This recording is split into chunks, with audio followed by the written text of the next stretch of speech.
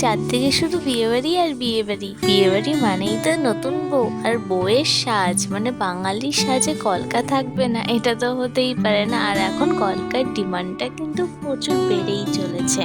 আর কলকার ডিজাইনে কে কতটা ভালো করতে পারে সেটারও একটা কম্পিটিশন চলে এলো। আমিও ভাবলাম যে ওয়েডিং সিজন যখন, তখন আমিও কয়েকটা কলকা শেয়ার করি, মানে কলকা আঁকি। তো আজকে সেরকমই একটা কলকা আঁকি। ইনস্টাগ্রামে অনেক সুন্দর সুন্দর কলকা আর্টিস্টদের দেখি যারা খুবই সুন্দর কলকা আঁকে, খুবই সুন্দর নিখুঁত। সেরকমই একজনের কলকা দেখে আমার খুব পছন্দ হয়েছিল, তাই তার কলকাটাই আবার আমি রিক্রিয়েট করছি নিজের মতো করে। আমারটা অতটা ভালো হয় না। আমার আগে কলকা খুব ভালো হতো যখন আমি রেগুলার কলকা প্র্যাকটিস করতাম।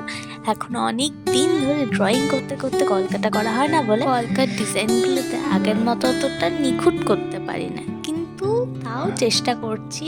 এখন আমি আবার প্ল্যান করেছি যে রেগুলার একটা হলেও আমি কলকা প্র্যাকটিস করব, যাতে কলকাটাও আমার ভালো ইমপ্রুভ করতে পারি। আর যাই হোক, তেমনই একটা কলকা তোমাদের সাথে শেয়ার করলাম। দেখো কেমন লাগলো অবশ্যই জানিও। আর আমার যেটা মনে হয়, কলকার ডিজাইন তখনই খুব সুন্দরভাবে ফুটে ওঠে যখন কলকার লাইনগুলোকে আমরা খুব সরু সরুভাবে সুন্দরভাবে করতে পারি।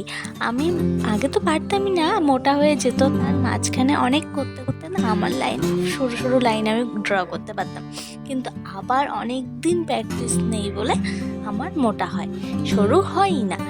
তো আমি সেটারই এখন চেষ্টা করছি যে আগের মতো সেই সরু লাইনগুলোকে ড্র যাতে করতে পারি, তাই।